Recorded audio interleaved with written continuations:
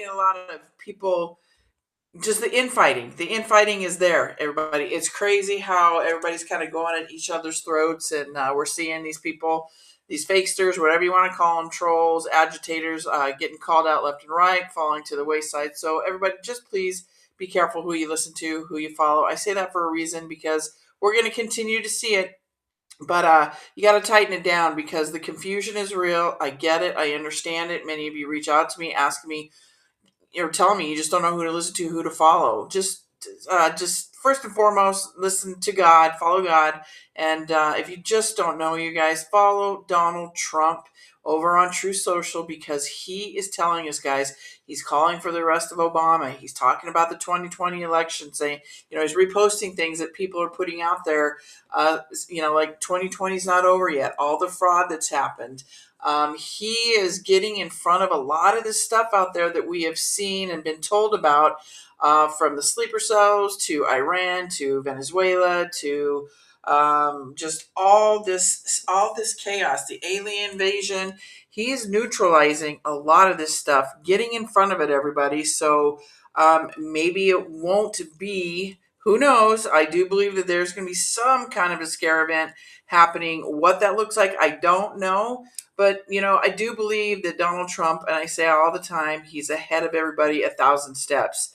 And you have to believe that they're trying to neutralize a lot of this stuff because it's been said many times they don't want to see a lot of blood in the streets. So you have to keep it somewhat kind of to a little bit of normality so people don't freak out and go do just that, blood in the streets. So please, everybody, key thing is really who you follow and what you're putting into your mind because we are in a fifth generational war, the mind war, and this definitely is a boot camp for our mind.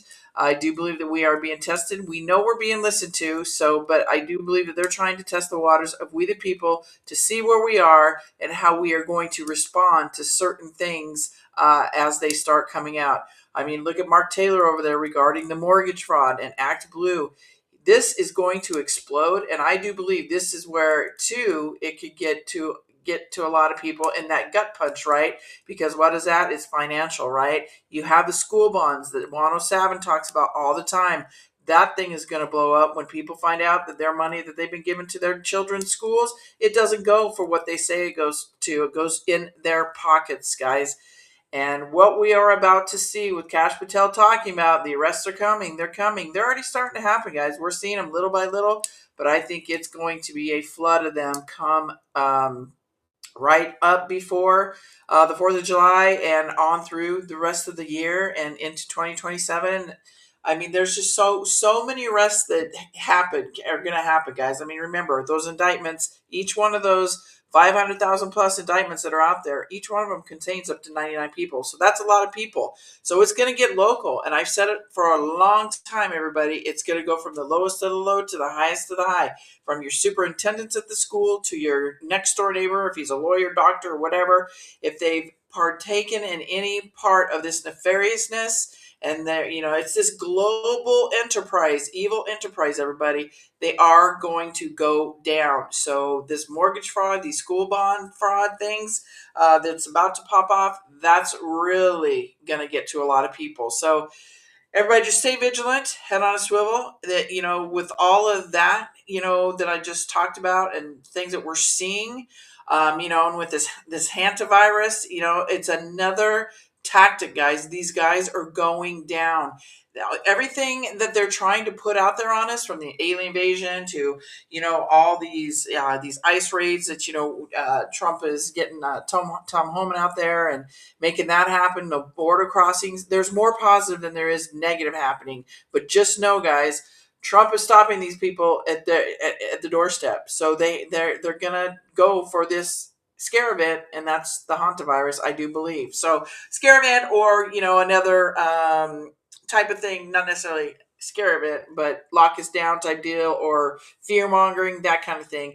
The best thing I can tell you on that one is do not comply. Because we're going to have those people out there that are going to comply, right? They're going to go put the mask on. They're going to do the social distancing, 6 feet apart, all that stuff.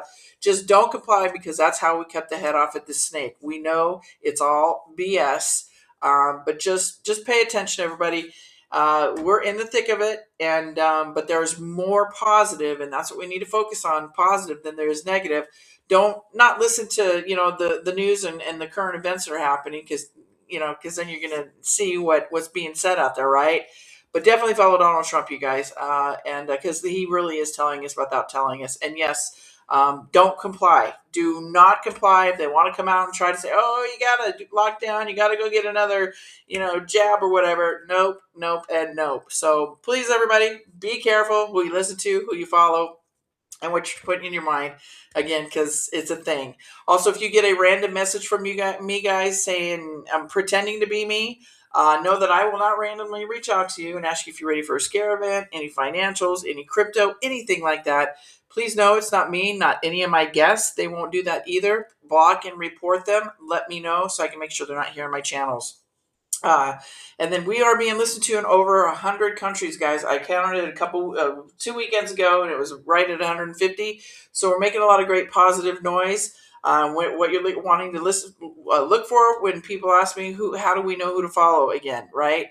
Consistency in the guests' messages, consistency in the host messages. You don't want the flip floppers.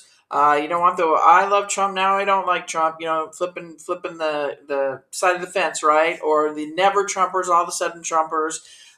It's getting pretty obvious to kind of make that decision of who not to follow. It's really in our faces, and I do believe we're going to see a lot of these accounts start going away because they're going to be found out. And we're seeing a lot of it over on X. We're seeing it on Telegram. We're seeing it on Facebook. It's happening, everybody. I mean, I have removed probably over 8,000 people just from my channel here. So it's not about the followers for me, guys, because if it was, I wouldn't be removing people. But I'm seeing people come in and out of my room here and in other places, and just red flags to me. So I'm removing them because I want to protect you guys, my members, as well as myself, my channel, and of course, my guests that come in here as well, because these scams, these fraudsters are getting very creative by the day with their scams. So please be careful, guys. Also, too, if you want to listen to the replay on the podcast host or the social medias, those are iHeartRadio, Spotify, Anchor, Apple, Google, Breaker, Pocket Cast, Riverside, Podbean, Amazon Music. Social medias are Jenny Jareed Facebook, at Jenny_Jareed X, at J Jareed Rumble, at J Jareed True Social, at J Jareed Instagram, The Revival of America right here on Telegram, and The Revival of America over on YouTube. And then last, well, a couple more things, guys, because SG's here. And he's on a time frame today, guys. So again, when we ask him his questions, just be mindful of his time that he has. Email me, everybody, at therevivalofamerica@yahoo.com. If you have a question for me, want to get in touch with John Baxter and his staff at Anti-Aging MedBed, have questions about Fields or Fields books, again, the Revival of America at yahoo.com. Submissions for your stories, your journeys, and you want to get your voice heard on a platform, TROA submissions at yahoo.com. I do vet them because of the trolls, the scammers. So I do vet your story. You give me a synopsis of your story. I read through it. If I believe it's real, I will reach out to you via email. We'll get your voice, your story here on the show. Because remember, everybody, it's your story and your voice that are going to help change this new world that we're coming into. Real quickly, also, too, Phil McConnell, I do not have any news on him as of today. No news is good news. Just keep prayers up for Phil McConnell, as well as Derek Johnson's father. Please keep your prayers up for his dad. He was in critical condition a couple days ago in ICU, but now he is in critical but stable condition. So those prayers are working, everybody. So keep them up, everybody, because they do work. We are witnessing God's hand work in real time. So with that, everybody, I want to welcome my good friend SG Anon, and obviously I know you guys love SG. He's here once a month. I would love to get him on more often, but I know he is a busy guy behind the scenes. So how are you, my friend? Doing well. Thank you for having me back, Jenny. It's good to be here. Oh, always, SG. Mi casa, su casa. My house is your house. So I was just telling the audience, obviously, be careful who they listen to and who they follow, right? I mean, there's a lot of stuff, a lot of positive things going on. And I would love to have you talk a little bit, and I know you're on a time constraint, so we'll have you talk a little bit about, some of the things we're seeing going on in the world right now, and then we can go to questions. But, I do believe, I always tell the audience, Donald Trump is always 1,000 steps ahead of these people. Maybe not 1,000, but he's a lot of steps ahead of these people, right? And I do believe that he is neutralizing a lot of these concerns that many of us have had, such as the alien invasion, the sleeper cells.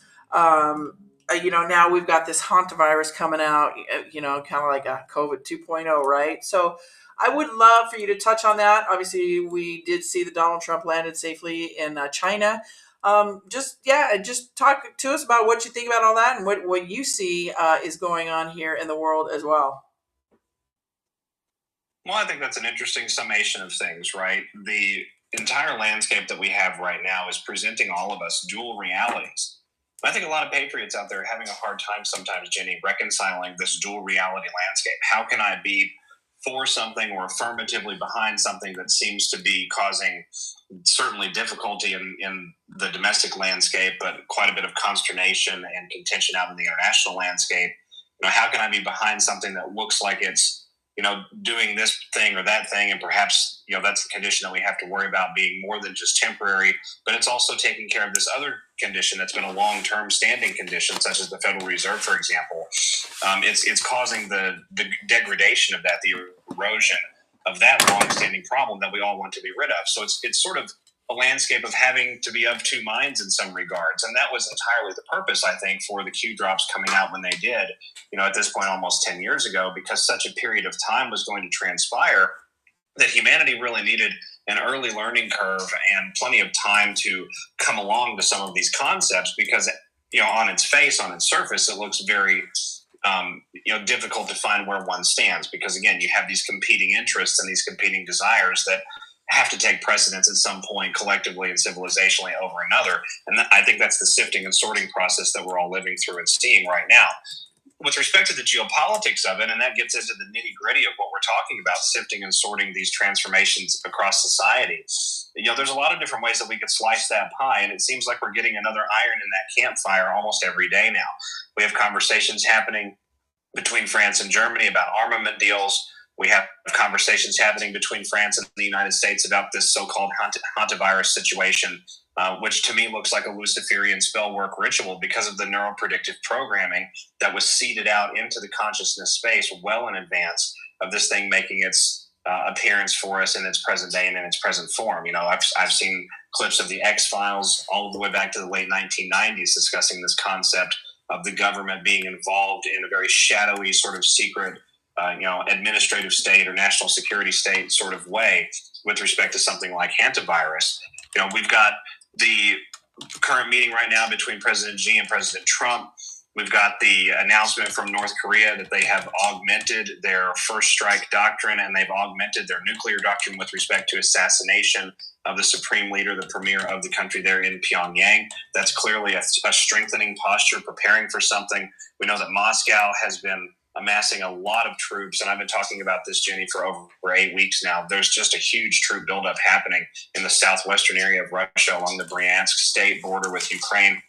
There's still this problematic NATO incursion, which is being fueled on the ground through a great deal of mercenary feeding funnels, if you will, from all over the world, but specifically a lot of it coming from Africa and South America, that are making that entire situation very difficult for the Russians to continue to put up with. And President Trump has been talking to us in recent days about, I think the Ukraine war may be coming to a conclusion. I don't think that he's referring to the conclusion being a very peaceful conclusion where Zelensky and Putin sit around the table and make nice with each other. I think he may be pointing us in the direction of a serious escalation on behalf of Moscow to try and clamp down on that conflict and get it resolved so that it doesn't continue to be a bleeding funnel. All of this is happening against the backdrop of this Iran conflict going on in the Strait of Hormuz right now, and in the greater Persian Gulf, Gulf of Oman area. That conflict, Jenny, has a lot more angles to it than just the basic nuclear weapon component. As a matter of fact, I would even go so far as to say that to some degree, perhaps President Trump does believe what he's saying about that. He doubles down on it a great deal, and perhaps he has intelligence, access to that intelligence that none of us have. We should weigh that in mind. But I don't believe that the nuclear weapons component is even the majority of the reason why we're over there. I believe that the main reasons are to permanently restructure and sort of destabilize and restructure in that order the centrality of the worldwide flow of oil and energy markets and petroleum-based derivatives, because they're so integral to everything that goes on, from microplastics all the way over to your basic amenities of life, to medications, to lubricants for military technology, and etc. And that system has to be reoriented away from Rockefeller and Rothschild, and we're seeing that happening literally in real time. It's not a fun process to live through, but it is happening. The other component that sort of spins off of that is what it does to the the Federal Reserve dollar, the Federal Reserve note, in the eyes of the rest of the world, and the desirability of treasury bonds. And if one looks at this through a sort of an irregular warfare lens and appreciates that the opponent is not the regime in Tehran, and the opponent really isn't even Moscow or Beijing, but rather it is the central banking mafia that has been in control of all of Europe and most of the developed world for a very long time, and their control structures and their fortifications and their hills to be had and their armament situations and their posts, etc. I can keep on with the metaphors here, the references. But when we appreciate that those are the real targets of what's happening right now with Iran, what's happening with Ukraine, what's soon to happen with Taiwan, what has been going on in Africa for 3 years now, what has been going on in South America in a much more elevated way since January, but began under the Biden administration, it becomes a lot more clear as to why we're in the situation we're in the Persian Gulf. On top of that, and something that my research has been pointing me to pretty recently that I'm breaking today with your audience for the first time, is that there's a great deal of what I believe to be human trafficking interdiction operations happening through coordinated efforts, believe it or not, between the United States Navy and the Iranian Navy, separate from the IRGC. And that it's worth highlighting that there are distinct components of the Iranian military who are patriots, who are interested in cooperating with the rest of the world and removing the sycophants that have been in control for a long time. And there's components of the Iranian military that have sort of integrated themselves so heavily with IRGC that they're now indistinguishable. And you have those factions that are, working against one another, obviously for control of the nation state and control of the nation state's assets and territories. But one of those factions, in my opinion, has been in coordination with the United States Navy to seize certain shipping vessels belonging to corporations that have deep ties to human trafficking, to known human trafficking funnels or entities. For example, now this is just one example of 4 or 5 that I've been able to find in the last 3 weeks. A few days back, actually it's a couple of weeks ago now, the Iranian a detachment from the Iranian Navy running on equipment and speedboats that didn't look to be Iranian made from the footage. But I could be wrong on that because I'm not a military expert. But either way, it didn't look like their standard speedboats. They were rushing this tanking ship, which was flying under a Greek flag, I believe, or it was flying under a Malian flag. I forget which one. I believe it was a Malian flag with a Greek owner. The name of the ship was Epimondas, I believe the name was the first name, and the last one was Monrovia. And it was flying under the ownership of a Greek corporation called Technomar Shipping, Technomarr Shipping, Inc. That Technomar Shipping Group has been around for quite a long time. They're based primarily in Greece. They have ports of call all over the world. They have a lot of interagency and intercorporate partnership and leasing arrangements with their vessels for other groups. But one of their favorite customers, Jenny, is Evergreen Marine.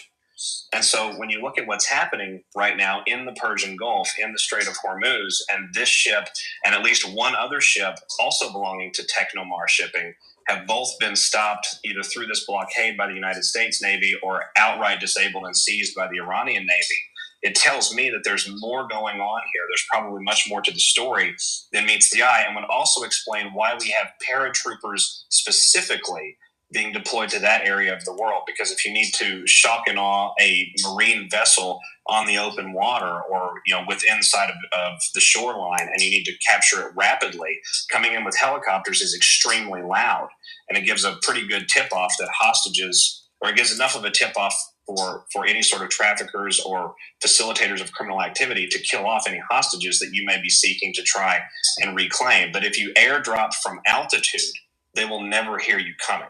And so looking at what we've got going on right now in that area of the world, and then we've got this meeting with President Trump and President Xi happening today, which President Trump told us was going to be, or today in the coming days, and President Trump told us it was going to cover a great deal of trade and assessment. It was going to talk a little bit about the component happening around the world with respect to finance. He refused to comment specifically if he was going to talk to President Xi about Iran. I'd be surprised if Tehran and the Iranian conflict does not come up.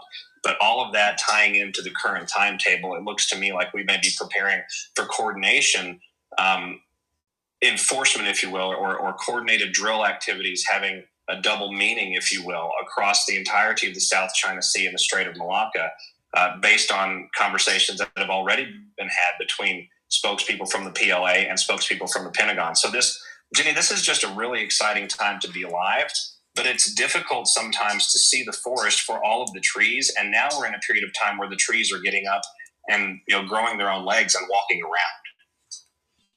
Yeah, I definitely would agree with you on that one, 100%. Real quickly, we're talking about China and then Iran. Did I read somewhere? Did maybe on True Social, Donald Trump, did he send over a nuclear submarine to the Middle East? Have you seen anything about that? A nuke was spotted outside the port of Gibraltar, headed into the Mediterranean.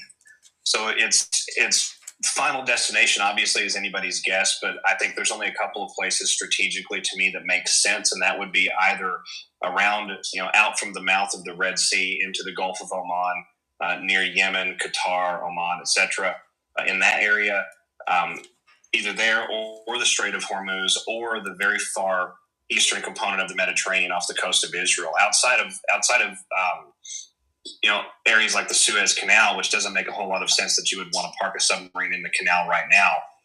Outside of that, it wouldn't make a great deal of sense to me. And it's difficult, I think, sometimes as we watch these military assets and movements traversing along, and for the first time in history, we finally have a landscape where leaks in the sieve are being plugged with respect to publication of what's actually happening with military operations, exercises, assets, components, etc.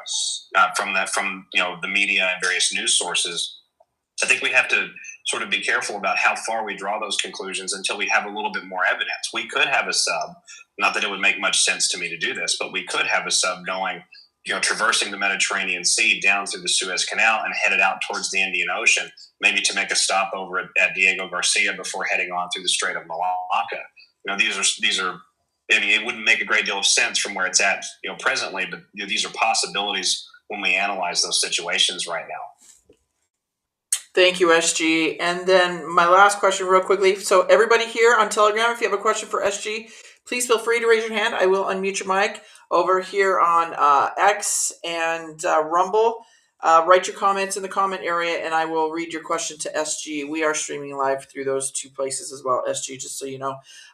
Regarding China, we know he's over there having talks. I was also hearing that it was just he and she that were going to have private meetings, and Xi's daughter, because that's the only one he would trust to translate. Do you know anything about that? I mean, can you maybe speak on that at all? Well, I haven't seen that exact blurb, but if that is true, and we have a translator close to President Xi who is familial because President Xi doesn't feel that others are trustworthy, I think that tells us that we are at a critical juncture here. And it would make a lot of sense when you consider China's behavior, both militarily but also economically, on a number of different fronts over the last 90 days to probably 180 days ago or so. They have been increasing their drills throughout the South China Sea area, the contested area around the Strait of Taiwan. They have been buzzing the island pretty heavily, entering what's called the ADIZ, which is the Air Defense Identification Zone around Taiwan. They've been sending more and more aircraft into that, especially in the last 90 days, than really the entire 12 months prior. The situation with Iran has created, I think, a bit of a pressure vessel situation inside of China with respect to their military aspirations for the entirety of the region. And so you may have a very pragmatic Chinese approach come of that. Maybe it goes something along the lines, and this is just speculation on my part, but it could go something along the lines of, we don't have enough really to militarily dominate most of what used to be French Indochina, so why don't we just worry about reclaiming Taiwan, because that's a heritage issue for us. That's an ancestral issue for them, and they're not going to let that go. Looking at this landscape that's happening with respect to the National Bank of China and their activities over the last 14 days or so, they've imported numbers finally closed for the entirety of the first quarter. They closed just a few days ago. They imported more than 680 tons of raw silver just in the month of March alone, raw silver bullion and ore. And that represents, 630 tons. And that represents the largest singular importation on behalf of the nation state for silver in since record keeping began. So moving into that aspect, one has to ask, well, why would that be? Well, it's clearly, to revitalize the industrial base and hedge against what is going to be a loss of what I believe to be diesel fueled power and energy generation there inside mainland China. I think you're seeing the transformation to a mineral and an asset that they can depend upon both from a currency standpoint, but also from an industrial and pragmatic use standpoint happening in real time. And with President Trump meeting with President Xi about trade, about securing that dynamic of what we'll call bilateral friendship between DC and Beijing, there's a lot of aspects I think that have to be on the table with that. What goes on with Taiwan is certainly going to be important to the Chinese side, and the U.S. enabling some of that is going to be, I think, a point of stress that'll have to be tested. And we have to keep in mind that even though President Xi and President Trump and President Putin, in the auspice of the Q drops, are aligned entities on their main missions, you still have self-interested heads of state who want the best for their country and want to be first. Everybody wants to be number one.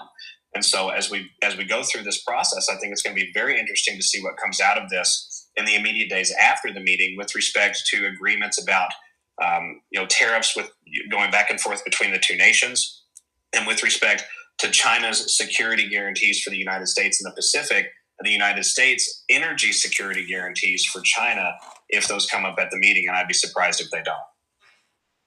Thank you, SG. All right, everybody, I don't see any hands. Come on, guys. You guys, we're here for you, but I'll ask you questions until we get some hands. But, okay, so let's touch a little bit on your thoughts, SG, about, let's talk about the UFO files that were, that they were releasing them. Do you want to touch on that a little bit? Because a lot of people out there kind of do flip it to their narrative, what fits their narrative, right? So do you want to touch on that? And then we can touch a little bit on the hantavirus. Well, sure. I think the UFO component and the disclosure of it, again, and I hate to keep using the phrase "of two minds," but that's really how I am about a lot of this, Jenny. I think that it gets the ball rolling for us on the aspect of disclosure of extraterrestrial or non-human but still sentient life forms, and we know that exists. We have biblical record of that. Angels and demons, right? These are entities that people saw. Yeah. In many cases, they interacted with them. They had full-on, experiences with them that were of a palpable nature to some degree. And it's not just in the Holy Bible that's recorded. It's recorded in a lot of scriptural texts across the entirety of what is now mainland Asia. So looking at that entire topic as a holistic umbrella topic, the fact that we're moving in that direction at all is proof positive, in my opinion, that we do have humanity-focused or humanity-interested forces that are working on our behalf to some degree across various different portions of the U.S. government and U.S. bureaucratic apparatus. And we shouldn't discount how important the bureaucratic apparatus is to both the functionality of the government and the military. We're talking about the secret program compartments that happen inside of these bureaucracies. We're talking about the funneling of information in days past, where it would end up compartmentalized away into nothingness, sort of like the never-ending staircase puzzle. Excuse me. Now we have something that seems to have a dead end stop, but there seems to be an end point, right? An endpoint user. The forks in the road are much less, and we've got a lot of declass that has happened. In fact, so much so that the CIA was just caught today attempting to shield more than 40 boxes of materials from the Office of the Director of National Intelligence to prevent the ODNI from being able to declassify those records. And those records just happen to pertain to the assassination of President John F. Kennedy. So the panic in that component, in those bureaucratic shadow state cubicles, if you will, that still stand against us, it's very real. I mean, it's a tangible panic. At the same time, when we look at something as delicate as the disclosure of what U.S. government and U.S. military has been aware of with respect to non-humanoid sentient life and interactions with, whatever those life forms or beings are, we hear the preference that, terrestrial beings or other sentient beings, or sort of preferential terminology from whistleblowers. But when we look at something that delicate, I think we need to be careful about the first tranche and the second tranche and begin cross-comparing things as they come out. The Pentagon straight out told us that it would be a cascade process where they would release files periodically and to check back on the website. It's likely that we will not see many press releases going forward about new updates. And I think the onus is on us to check back and look at that website and see what they have and see how consistent it is with material that they have already released or whistleblower testimony that we feel we can trust in the Congress of the United States, such as that of David Grutch, for example. And I think there's a few credible others. Some are sensationalists, but I think we have had some credible witnesses talking about these types of issues. Congressmember Chet has been saying for a number of months now that there's an alien base under the Atlantic Ocean somewhere, not terribly far from the coast, from the territorial waters of the United States. And this is something that he feels is a national security issue, and that's based on the testimony that he's received and interactions that he's had, both public and private. So as we look at this disclosure aspect on the UFOs, again, I think we have to step back and be of two minds. On the one hand, it's incredible that we're even having this discussion. If the opponents of humanity were truly in control of all of the major important levers still at this stage in the game, I think that we can rule categorically that instead of UFO disclosure, we would get a nuclear war. So the fact that we're getting this and not the countervailing point to that, I think is promising.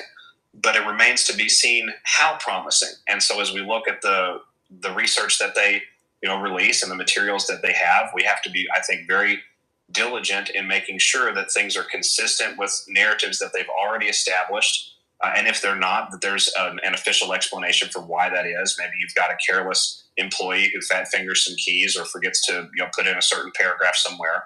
These types of things do happen. Or an AI that's running it at this point in the game and maybe isn't so great at composition.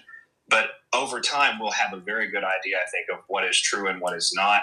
And as this disclosure continues to escalate in the weeks and months ahead, I think that's going to spur new whistleblowers from the space, perhaps even, and not from space, I'm talking about from the space, the UFO, secret space program, secret energy projects, spaces within inside the government. Maybe individuals who have worked in them before and are no longer under certain NDAs, or maybe those that are willing to come out anonymously and say, no, these types of things are accurate or these types of things aren't accurate, and here's why. Thank you, SG. And then, with the beings, we've been taught, these aliens, right? The green men, big black eyes, all crazy head. There's a lot of speculation out there what these interdimensional beings are, if you call them that, I guess. Are what are they? Is it go back to the blood type? Is it the incestual individuals that have been family to family? Like what is, in your opinion? And granted, nobody can really tell because nobody really knows, right? In your opinion, what is your thoughts on what these beings could potentially be? I mean, we know they walk amongst us, the shapeshifters, the reptilians. What are we looking at here, in your opinion? Well, I think trying to answer that question, that's such a brilliant question, Jenny. I love coming on with you all and hearing these types of questions because it spurs the truly important conversations that we're not yet having at societal scale. But I think that will come pretty expeditiously because we've watched as, Anons and really awake patriots out there, we've watched over these last several years as, very taboo things or things that you would think are never going to make a public appearance suddenly that they have. With respect to what we're dealing with, I want to disclaim this first. I'm not a military expert and I'm not a subject matter expert on this topic, but I love to read and I've read since I was a kid. And I've read Tom Clancy since I was in 5th grade. And things of that ilk, various sci-fi series, political thrillers, suspense thrillers, John Grisham, etc., that kind of stuff. And so looking at this particular issue and understanding how the government usually behaves about it and why the government would have such an issue with certain components of science and of the scientific and faith communities. And so when we talk about faith communities, we're talking about the scriptures. We're talking about the older societies that go back, quite a long ways. The Orthodox Church, for example, Coptic Christianity out of Egypt, the early, Gnostic Christians from the pre-500 AD, 600 AD period. We have all of that is included within the government's disdain for that particular subsect of society, and we've seen that sort of played out through the immorality or the removal of morality, like the affirmative removal, the reversal of morality out of that particular space. At the same time, the ostracization of really advanced, independent scientists who had projects that showed a lot of promise, and that covers the entire spectrum from astronomy to energy to propulsion to understanding of physics and things like that. The ostracization of some of them and the elevation of others over the last 40 to 50 years or so, really since the 1960s in a big way, but certainly since the Nixon administration, we've seen this deliberate effort to silence certain members of the scientific and academic community, and the R&D community for that matter, from the defense industrial base, but elevate others. And I'm giving you a long basis for the reason that I'm coming back with the answer I am, because I want the holistic context to be apparent. I don't consider this topic exclusively in the lens of science or faith. I consider it as both. I consider it as akin to meeting another version of us operating on some form of a different system. If I have several different computers on a table, for example, I can have one computer that's made by Dell and it runs this operating system, and I can have another computer that's made by HP and it runs that operating system, and I can have a Mac, which is completely different and runs an entirely different system, in and of its own right down to the root source coding and how that entire system is created and interwoven together. And yet they're all computers, and they all emit light, and they're all capable to some degree of input and output, and they're all, again, to some degree capable of tantalizing our sensory systems. So looking at that and appreciating it in that lens, I would say that we have the angels and the demons of old. I would say that we have the non-terrestrials in the tribal myths from sub-Saharan Africa of old, to include very large beings, giant beings. I believe that we have that we're dealing with, potentially even the bloodline of the ancient oversized Canaanites that were talked about in the book of Genesis, relatively extensively, and in later books as well. And I think that there's other things too from different spiritual and scientific schools out there that help to inform us what the overall lens is here. My concept for all of it, and I guess that's really the essence of the question here, is that, if you have a light bulb, you have several different light bulbs together, you can turn the frequency of those bulbs up or down, the frequency that they emit, the intensity of it. You can attune the frequency, but you can also attune the intensity. And you can adjust the photons that come out of that bulb, the light that you consciously interact with and interpret coming off of that bulb. And you can have, many different light bulbs of varying intensities and brightnesses and varying wavelengths and spectrums, and they will all light a room to some degree or another. Some light less of a room, some light more of a room. Some don't like the sunlight. Some work really well, for outdoor lighting. Apologies. But fundamentally, they are all light bulbs. They all have a very similar baseline operating mechanism that ties them together as light bulbs. And if we look at human beings in that same vein, we are all frequency emitters.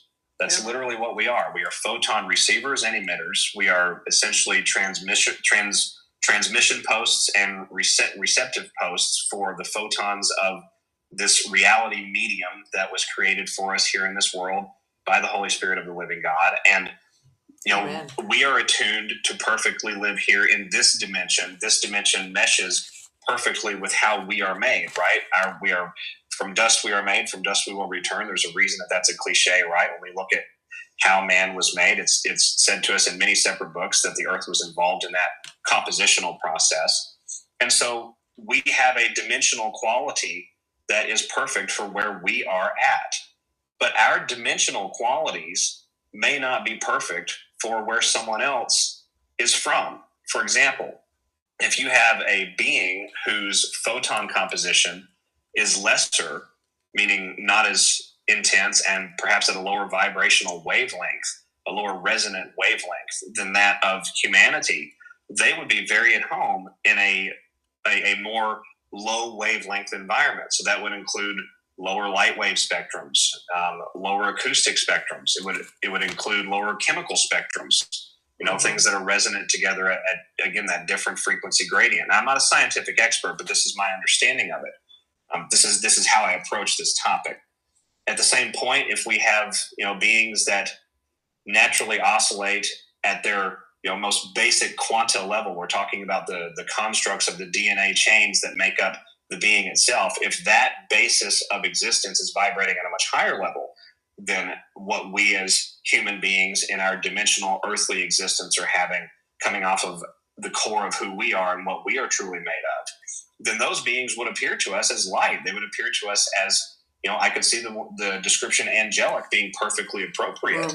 Yep. And in both instances, you would have a situation where in this situation, our one-to-one equal of a different frequency would not be able to sustain and subsist in this dimension, in our reality, for very long without augmentation. And so when I look at everything through that lens, it sort of marries the spiritual and the scientific. It sort of explains both.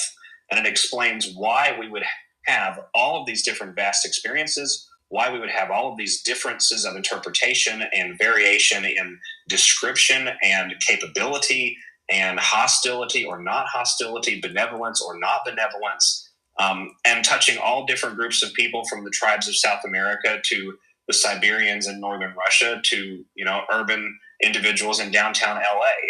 It really does, I think, fundamentally alter this entire UFO, alien, non-terrestrial being, other sentient being topic, subject matter. I think this entire area fundamentally alters our perception, or stands to alter anyway, our perception of reality. And it makes a great deal of sense why we would have the U.S. government, specifically through the vice president, calling for more spiritual interaction between the America, at least domestically here in the United States, between Americans, because I think that we need to be really rooted and grounded in our faith in the creation, and our faith in the Holy Spirit, and our faith of who and what God truly is. And maybe it's time for us to take some of our blinders off. Amen. Wow, great response there, SG. I always love when you come on because you give such great answers.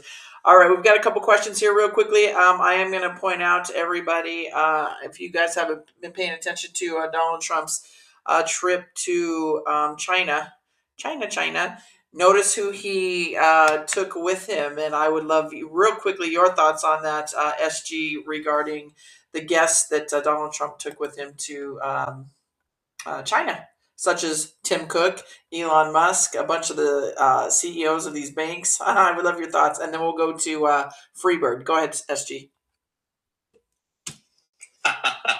Well, I had not seen some of that. I knew about Tim Cook. I knew about Elon Musk. I wasn't aware of the banking ones. I was aware of Jensen Huang from NVIDIA. So here it's Goldman Sachs, Tesla, Nvidia, Apple, BlackRock, Boeing, Goldman Sachs, Citigroup, GE, Micron, Blackstone, Cargill, Jensen Huang. I can't say that word, but it's a plethora of very questionable people.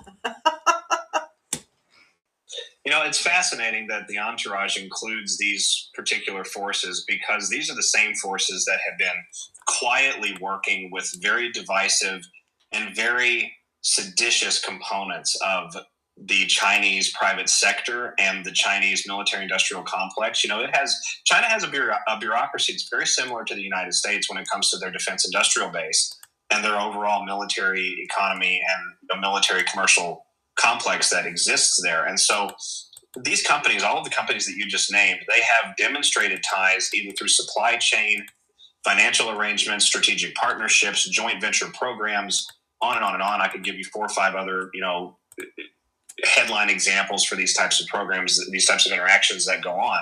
But all of those companies are heavily involved in what's happening on the ground in China, and are no doubt have done interactivity and probably business deals with components that President Xi would not appreciate operating within the country, because the Chinese economy has been so captured by the Swiss banking cabal for a very long time. There hasn't really been anything for a central figurehead of power who, anyone who preceded Xi. There hasn't been anything that they could really do about that, because the infiltration and the leverage was so enormous and so huge. It's fascinating that entourage should be accompanying President Trump at this stage in the game. And again, the timing, I don't think, could be any better with respect to what we saw happen in California with the Oakland mayor resigning. But not only resigning, but resigning and then disclosing that she was a Chinese intelligence asset. One has to ask, why would anyone disclose that component of their life in a resignation? Would it not have been enough to say, I can't do this anymore, I don't like this anymore? I believe what this was getting ahead of the curve, knowing that something was going to come of the exchange of information that's now happening between President Trump and President Xi. And it's very likely, especially with so many of the tech company CEOs accompanying President Trump there, it's very likely that you're going to see some information shared on Chinese plants inside the U.S. technology sector. I agree with you 100%, and I totally forgot about that Chinese spy that just recently got busted. So yeah, thank you for that. All right, go ahead, Freebird. Your mic is unmuted. Go ahead, Freebird. Can you hear me? Yes, ma'am. Go ahead. Go ahead, Freebird. Push the blue button. I'm trying. Yeah, I'm pushing it. Wait, there you are. There you are. Do you leave it? You have to push it and hold it?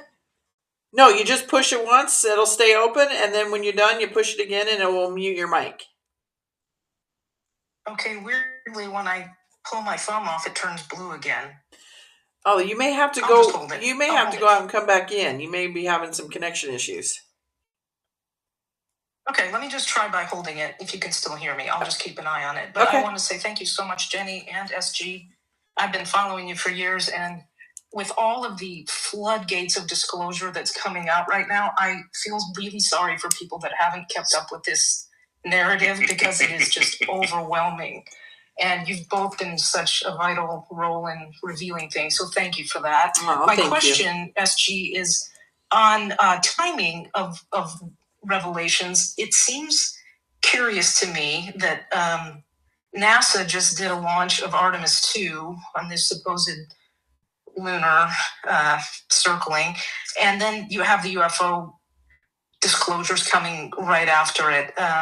Everything about that NASA launch seemed fake to me. That's my perspective. I know everybody has a different opinion, but just wondering if you can touch on that, just thoughts on the timing of that and what maybe you think about the whole NASA excursion.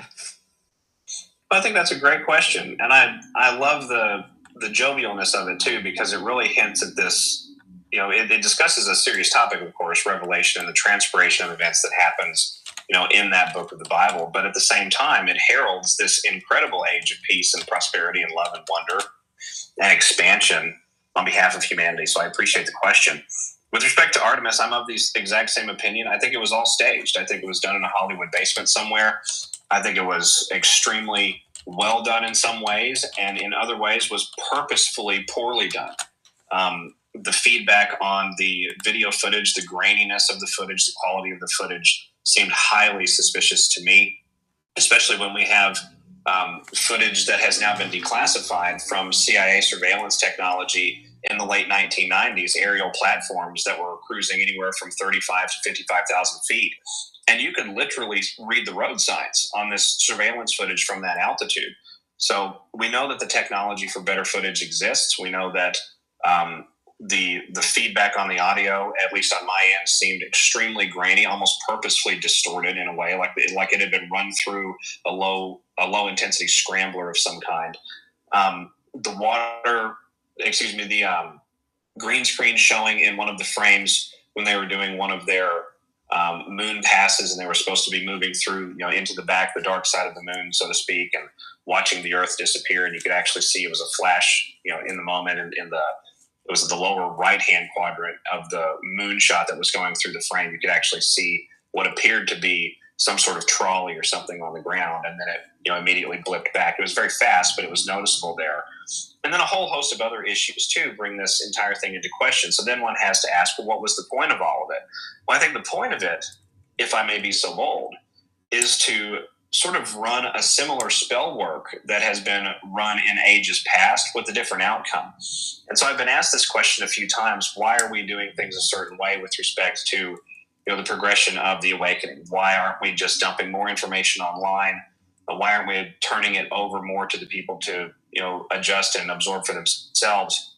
I'm a fan of that approach as well. I would take that approach if I were in charge. But with respect to how things are being done right now, I can also appreciate the almost like the metronomic quality that it's being done at. It's this very rhythmic, symbolic, almost energetic, a pulsation, I think is a good way to describe it, of moving humanity through these major realizations and major leaps in consciousness.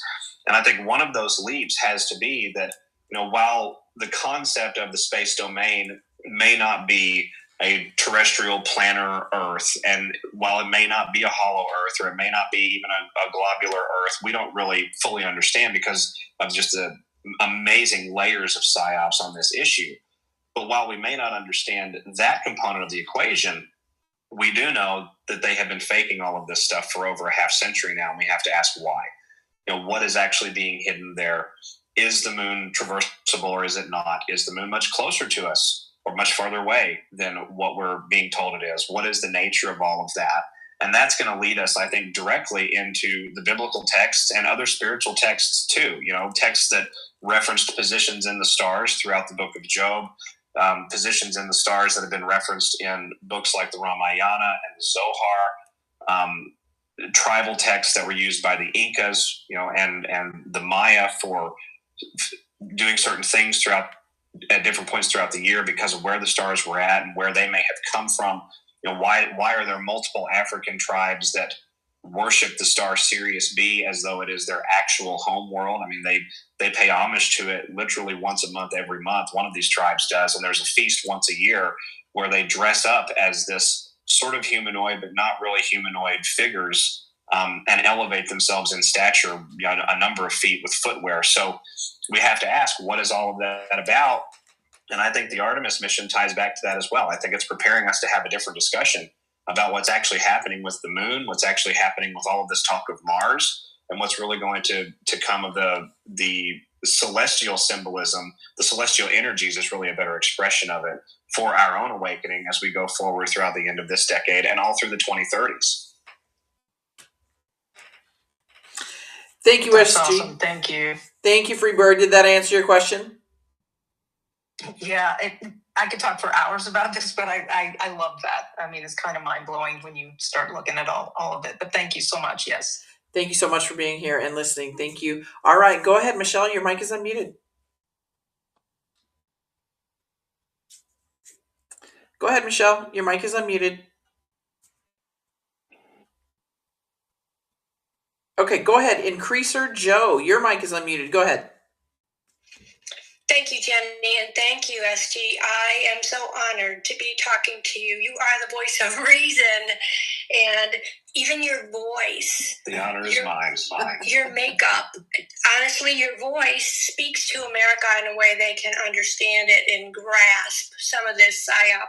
So, recently I heard, again, David Straight talking about 2 years. Let's see, it was 24, I think. He was talking about that we still have to go through 7 years of trials. Can you speak to that? I'm wondering, for so long, some of us thought, oh, we're going to wake up, disclosure, and that next year we're going to have the time of our lives. But we still have things to go through. So can you speak to that a little bit, and maybe not the timing of things, but where we can keep our interests and our thoughts? Thank you.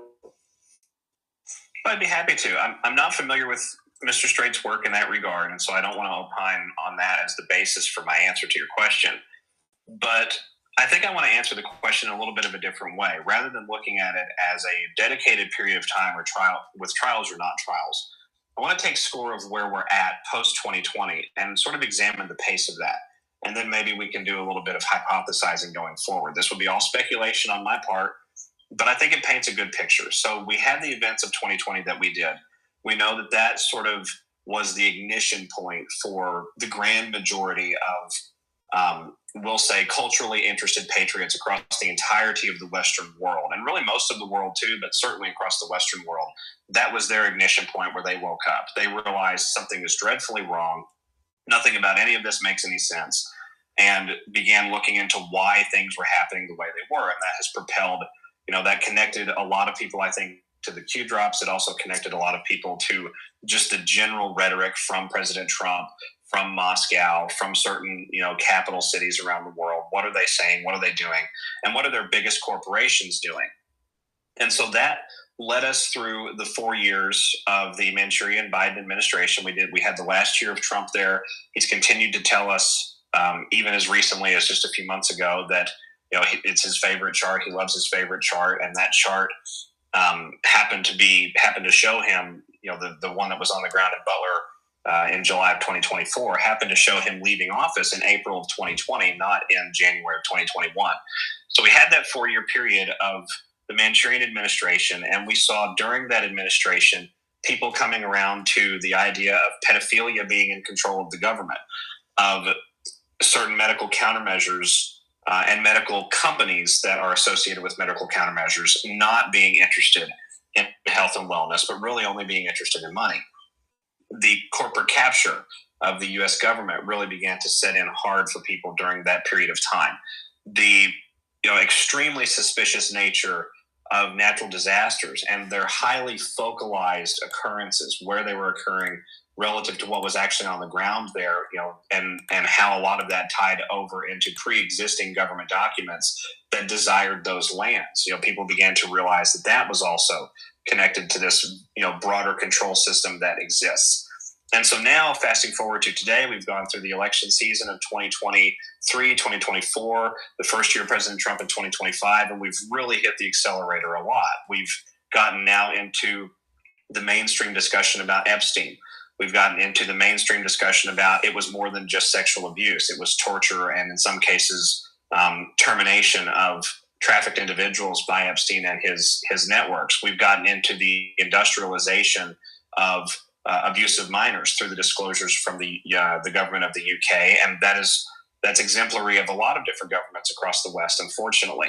We've gotten into the free energy discussion, I think, pretty deeply post-2022, all the way up to the present day, and President Trump talking about a quantum leap in the American standard of living, a great deal of money being put aside in the last 3 years for the study of artificial intelligence, the study of quantum-capable internet, such as QuanNet out of New York, all of these different things. And now in the present day and time, we're coming into the, I think, realization that we're not alone in the universe, and that there is a bona fide shadow state structure. There's a joint and hand style structure that exists in the background of our governments all across the world that really is leveraging a great deal of the activity and pulling the strings. And that structure ties into that corporate capture, which I think people have been waking up to in earnest since about 2022, 2023. So having said all of that, that's quite a distance to cover in 6 years, to go from an unassuming American citizen who's just living their life, working, enjoying their family time, barbecuing on the weekends, paying their taxes, to go from that type of existence to the entire world is out to get us, and it's been that way for 3,000 years. That's a huge distance to run, and yet we've run most of that distance already just in the last 6 years. President Trump continues to remind us in the last 24 months, and as recently as just a few weeks ago, that former President Obama, will face military justice, not civilian justice, military justice for what was done to the American people under his administration, what was done to the rest of the world under his administration. That's a really big deal. And so that represents, I think, in a lot of ways, what remains with this awakening process. The election component, I think, factors into that in a big way. Most people now are aware that there's malfeasance in the elections, but I don't think the majority are yet aware that President Trump should have won the 2020 election. I think you've got, I say not the majority, but I would estimate it at 60 to 70% of the population is now aware that that is the case. But the other 30%, maybe 35%, is not fully there yet. And so they have to be brought along through the actual mechanisms of accountability, investigation, justice, etc. And we're entering into those phases, at least according to the president's own rhetoric, as very, very soon, I think, because we've seen discussion about that from his Truth Social just in the last 15 days. And that doesn't even include the unpublished investigations and unpublished grand jury proceedings that we know are ongoing that have been referenced several times by court reporters, by spokespeople from the Office of the DNI, et cetera. This is a really long answer to your question. I apologize for waxing a little bit, but the basis of the question is so huge. That's okay. Well, I appreciate that. The basis of the question is so vast because we're sort of saying, well, how much longer until we get there? How much longer until we can say, okay, we've taken a really big hill on this awakening journey and now we're propelling ourselves forward. I can't see it taking really much longer than this current Trump presidency, because how else does one hold a former POTUS accountable under a military commission if one is out of office, right? Even as I say that, I'm hesitant to use the reflection of that because ultimately it does have to be the office of the JAG Corps of the United States military that makes that decision.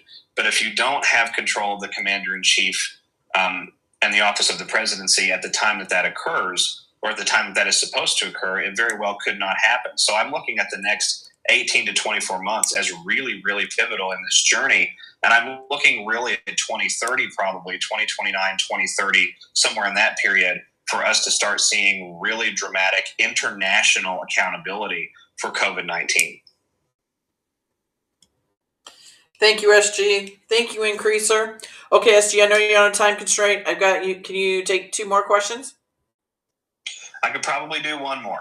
Okay, so here's one off a telegram from Hot Pants Nance. SG, what will happen to the colleges and universities involved with the COVID pandemic, like North Carolina and Duke Biolabs? Will these schools still exist in the future? Thank you. Well, it's almost difficult to say. I think that the implication with what actually happens to the school entity itself overall may be more dependent on how the general public responds to these schools being outed for what they actually did and what they actually participated with. I think the better focus of that component of the question would be the individualized departments who did the research, who partook, those who drank the poison juice, right? Those who took the apple and, poisoned it and then sent it along its way. I think those are the individuals that are very likely to go away, or the departments that are very likely to go away. The entirety of the academic landscape is not wholly to blame for everything that went on with COVID-19, but there's a lot of it that really ties together. You've got several schools of prestige that tie back to the philanthropic interests that made all of that possible, that planned all of that coordinated all of that across private society over the last really 20 to 25 years at this point, with it coming into 2026 now. Looking back to 2001, we know that was around about the time that Anthony Fauci got involved with all of that. So with bearing that in mind, I think that any institution that willfully participated in accepting money for the construction of a biological pathogen from the United States government is probably going to find themselves in the crosshairs of the U.S. Code that deals with Geneva and the participation in the proliferation of biological terrorism activities, or the creation, funding, et cetera, thereof. But I don't think that that's going to be. I think that whether the entire school closes or whether the school just ends up completely transformed, or all of the staff cleaned out and new staff brought in, I think that remains to be seen on how those investigations actually go. In other words, you might have the head of a department at a school solicit a grant for this particular project and receive that project, but not notify their superiors or their colleagues, not notify the administration of the school. Or you might have the administration of the school quietly planning to participate in some of these projects, outside of the decision of some of these department heads or some of the staff heads, and those staff heads may simply be issued a project and told you can either do it or we'll just find another staff head or department head. And I think in those situations, it's going to have to be who knew what, when did they know it. It's a sticky wicket kind of issue with COVID, because COVID is the ultimate expression of irregular and unconventional warfare. It is the manifestation of all different arenas of our society: financial, corporate, academic, political, law enforcement, court, judicial, all of that stuff, right? It's the culmination of all of it sort of dovetailing together in a captured operation in a lockstep way. And to handle that requires a really largesse judicial effort. And ultimately, just like I was answering the question a moment ago, ultimately, I think the COVID situation lands itself in international tribunal territory, but the enforcement of that against domestic academic institutions will likely be at the discretion of the American people and whoever is in control of the American government at the time that those proceedings actually get underway. Thank you, SG. And everybody here, SG typically gives us 90 minutes, but he has to go pick up his little guy. So obviously family is always first when it comes to me and my guests. And of course, all you guys, I hope family is first as well. So SG is typically with me once a month. So SG, we will see you in a month or sooner. Sounds fantastic. Thank you for having me back, Jenny. Oh, of course, Wendy. Have a great weekend, and we'll get in touch with each other on the backside of it, and kind of maybe if it works out for you. We're talking about everybody having SG come on. It's like kind of like we do with Derek Johnson. Derek Johnson's with us every other Monday at 6:30 Central Standard Time. We're gonna try to get something like that if it works for SG's schedule, to where you guys will know he's on the third Wednesday of every month or whatever it may be, right?